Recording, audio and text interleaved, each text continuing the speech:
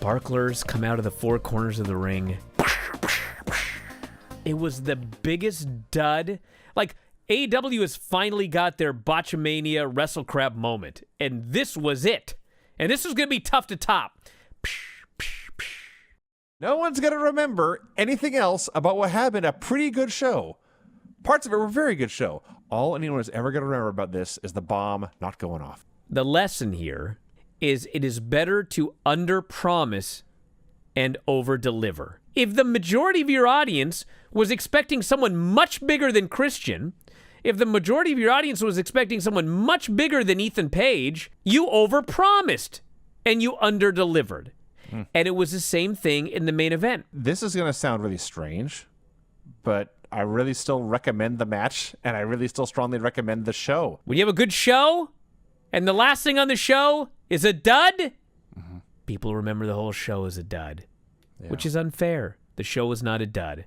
But that bomb, that was a dud. Marco goes flying. Evil Uno is standing still, and all of a sudden, fucking head of steam, he runs and smashes into this fucking post. I was crying. It is always this fucking Dark Order. He just tweeted out earlier, the ring was very slippery tonight. Hey, what can you do? What do you do? What do you want to do? Man. Pretend you didn't start running into a post? Yes. It happened. You're going to pretend it wasn't a dud? It happened.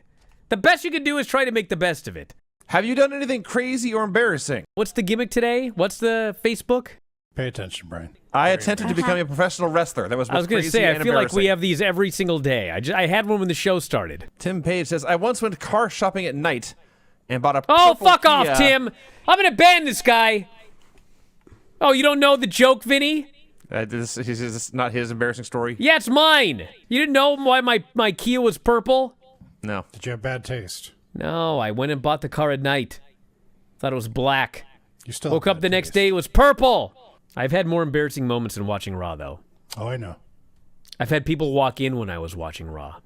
You gotta lock the door, my friend. Once after a date, I kissed the person who I was on a date with goodnight, and my nose ring got stuck in their nose ring, and I pulled really hard, and I bled on them. Yuck. I have many questions, but I'm just going to keep them to myself. Where's the money at? I gave it to you. I saw the card laying on the garage floor. Is it still there? Yes, Granny, and I ran it over for good measure. Not surprised. Guilt. I've been cold ever since. Yeah. What is that? What? I wrapped you in a blanket like a mummy. I don't even want to hear it, Granny. Get out of here. Okay. Well, quit giving me a bad time.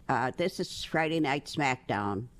Bryan versus Oso. Reigns is in a chair outside watching I all hope it's of the same this. recap from last week, because it is the same match. Bryan, if you don't quit giving me problems, I'm going to quit. Ivan Rasputin versus Dick Athletes. Shh. Yeah? What do you want me to say? I'm banished from talking. I work hard to write these up and everything, and then you kind of tear them down, and it kind of hurts my feelings. Brian. That's about it. Mine too. Well, we'll see you next Tuesday then. What's so funny, Craig? You told your grandma see you next Tuesday. Yeah, I did. But I didn't mean it like that. Christian is a Hall of Fame worthy talent. He was terrible on commentary here. Yes, Well, he's he a was. gimmick. A shitty gimmick. I mean, he was never really known for being like a fantastic promo. He was known for being a great worker. He had a whole comedy show on the network for a while. The two of them did. Are you telling He's me a this- funny guy. You telling me this man wearing an orange fuzzy shirt and glasses to match is a gimmick? Yes, Craig. He was a gimmick. Y2J is O-U-T, she says. And now you're going to have to fight RVD. And he says, speaking of RVD, you're an HOE. This TV SUX. AEW coming off a pay-per-view, drawing 743,000 viewers and being down 20.5%. That's bad, okay? NXT promising an NXT World Championship match, an NXT Women's Championship match, 2 giant announcements, this being down 1,000 viewers from last week, that's bad. This is kind of weird this week, but let's see what they do next week, and the week after, and then we can determine if, like, there's a problem or if that's just what happened this week. And then the next takeover will be a 2-night event. Oh, what a week that's going to be, Vinny. Raw, Hall of Fame, NXT Wednesday, NXT Thursday, Check. SmackDown Friday, WrestleMania Saturday, WrestleMania Sunday, Raw Monday, NXT Tuesday. Oh, is that when NXT's moving to Tuesday? The decision to move them, which was official internally, they may have jumped the gun.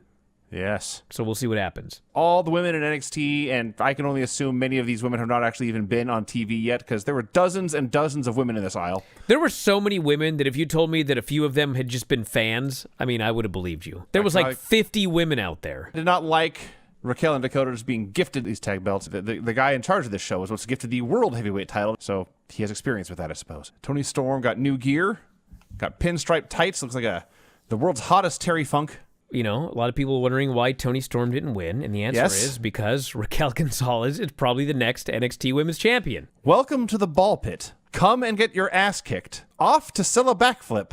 Hit you with an axe kick. Wow. It's not bad. What a hot start these titles are off to. I mean, I was flabbergasted, but One team gets them because they don't deserve them. I and then in enjoyed their the first match. defense, they get their ass kicked. Adam Cole does a promo. Great promo. God, he's good. What the fuck is he doing in developmental? I'm sick of this. They had a beautiful professional wrestling match and an all-time classic in the sense this would have been a classic match in any era. You show this to a wrestling fan in the 1960s, I'll think it's great. You show this to a wrestling fan in the 1980s, I'll think it's great. God damn, that was a good match. What a great fucking match this was. So Ray Phoenix and Matt Jackson, two of the spottiest spot festers guys you ever spotted, they came out here and had a shockingly old-school pro wrestling match. Some people did not like this match. I find that impossible to believe. They found it to be too much of a spot fest. They complained that there would be, there was like a Canadian Destroyer and then a second Canadian Destroyer on the floor, which led directly to a sharpshooter. They were like, this doesn't make any fucking sense. When I saw this match booked, I mean, I guess you can call me biased, but like, I knew what I was in for, and that was a bunch of awesome shit. I love these men, and I love watching them on my wrestling program. I love watching them do wrestling matches. But I think I would love it even more if they just got a van and drove around the country going to dive bars, just reviewing them. I think I'm the only one that I can even think of that even brought up that they barely even mentioned, like, the whole babyface turn. Because that's all people wanted to hear about was the bomb. This guy's starting to grow on me, this translator. The translator had spirit. He's a gimmick. Oh, he's definitely a gimmick. Like I feel like he's going to be a character at some point. They want one more match with Miro and Kip Sabian after Miro murdered them at the paper. I was ready to turn on the show at this point. Well, they did offer. I'm over this damn feud. I'm very over this feud as well. Stop me if you've heard this before. But he says, it's Sting. Snow starts to fall. Sting comes out and talks for a little bit. But then a bad guy comes and interrupts him. And the segment just ends. It's the closed captioning for Maki Itoh singing. Maki Itoh singing in the background. Mediocre at best. Wow! She gently places the microphone on Sheeta's head repeatedly, like you would do to Paisley, frankly. This match was a horror. Does that about cover it? And the 10-second countdown from the pay-per-view airs. And Omega fake panics. Oh no, he says. He lays down on the mat. Dawn, dry hump me, 69 me, save me. You realize if that bomb had gone off, we never would have got the line where Kenny Omega demanded Don Callis 69 him? That's what he said. It's almost worth it. MJF, by the way, the whole beatdown is just sitting on the top rope, looking stoically as his men do his bidding. It was an excellent angle that's paid off like everything. It made everything make sense because MJF has been the puppet master. He's been pulling the strings, and it all worked to perfection. I don't know how long this has been in the works, but it's been a long fucking time. Both of these shows I really, really, really enjoyed, and thus I am awarding a tie vote. If you take the best thing on each show, which is the main event on each show, if you take that out, I think AEW is better the rest of the way. So I'm kind of talking myself into it, and I think I am just also going to vote tie. If you're going to watch one thing from either one of these shows, it should be Adam Cole versus Finn Balor.